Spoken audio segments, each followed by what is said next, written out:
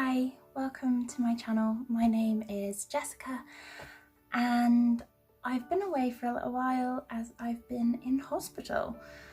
It was quite an out of the blue admission to hospital, and so I wanted to explain a little bit of what happened and why I ended up there. So to give a little bit of background, I have been having declining health over the last roughly 10 months. It started off with vertigo and really bad migraines, and then things just seemed to pile on top from there and it all snowballed a little bit.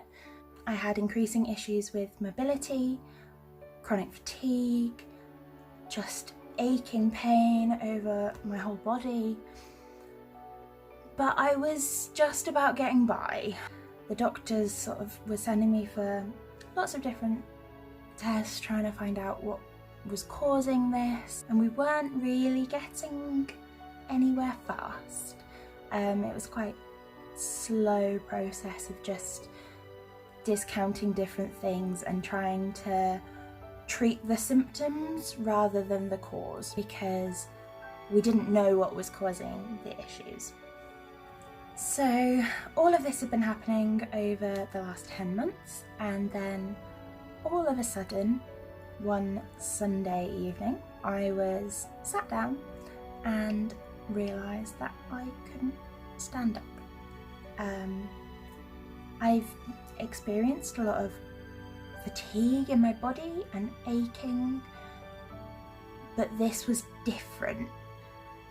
It was like my legs just weren't listening, like la la la la la, not at all. And however hard I tried and told my legs, stand up, you can do this, they just didn't want to answer me, and this was quite scary. I'm quite impressed with myself because I stayed relatively calm. So I called 111, which is the sort of helpline for non-emergencies in the UK, and they told me that I needed to get to A&E as quickly as possible. So my partner took me in and I was sort of prodded and poked by some doctors. I am planning on doing a whole little series of videos about my experience, and I'll go into a little bit more detail about the whole A&E debacle in one of those. But after being prodded and poked, they decided that they would have to admit me because I was completely unable to move my legs. So after waiting a few hours for a bed to become available, I was taken up to the ward, and I think at that point in my mind I was still thinking, this is a fluke, it's going to be a case of I'll get a good night's sleep and I'll wake up tomorrow and it will all have been a bad dream and it'll be fine. But as a couple of days went by in the hospital, it became apparent that my legs weren't working still, and maybe it was a little more than just a fluke, and I was sent for MRI scans of my brain and my spine. They came back clear, which was great news because that meant that it wasn't something that was going to be permanent. But it also meant that we weren't any closer to finding an answer. So I had blood tests and neurological examinations by the doctors, and they came to the conclusion that I had something called FND, or Functional Neurological Disorder.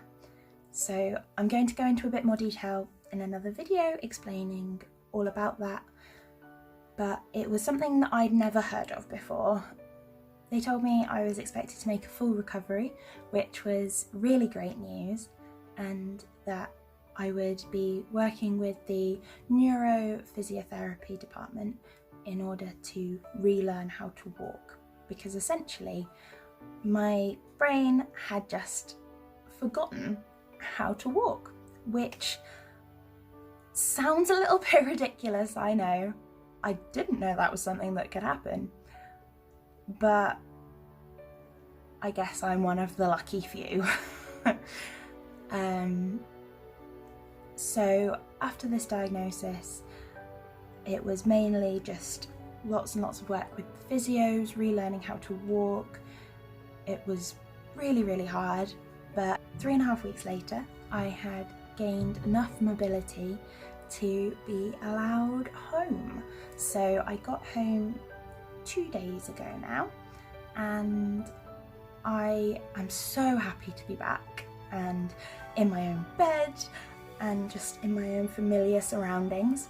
There have had to be some adaptations made in our home. For example, we've now got perching stools in the kitchen and in the bathroom, and I have a Zimmer frame both upstairs and downstairs in order to be able to move about independently, because I'm still not able to walk around without the use of a frame, which isn't massively fun as a 24-year-old who used to be very active, but equally, considering that 4 weeks ago now I couldn't move my toes, I'll take that. That's pretty good. I'll accept walking around with a frame if it means that I can at least walk around. So yeah, I just wanted to give you a little brief summary of why I have not posted any videos lately and what happened to me. So as I said, I'm going to be making a little series of videos about my experiences in the hospital, including a more in-depth explanation of FND, a video about what you should take to hospital because I had no idea, and a little bit more about some of my experience of having a hidden disability whilst staying in hospital. So I hope that those all sound interesting and that you watch them. I will link them in the description once they have been released, and I hope you have a wonderful day. If you enjoyed this video, please like, comment, subscribe. Thank you for watching. Bye.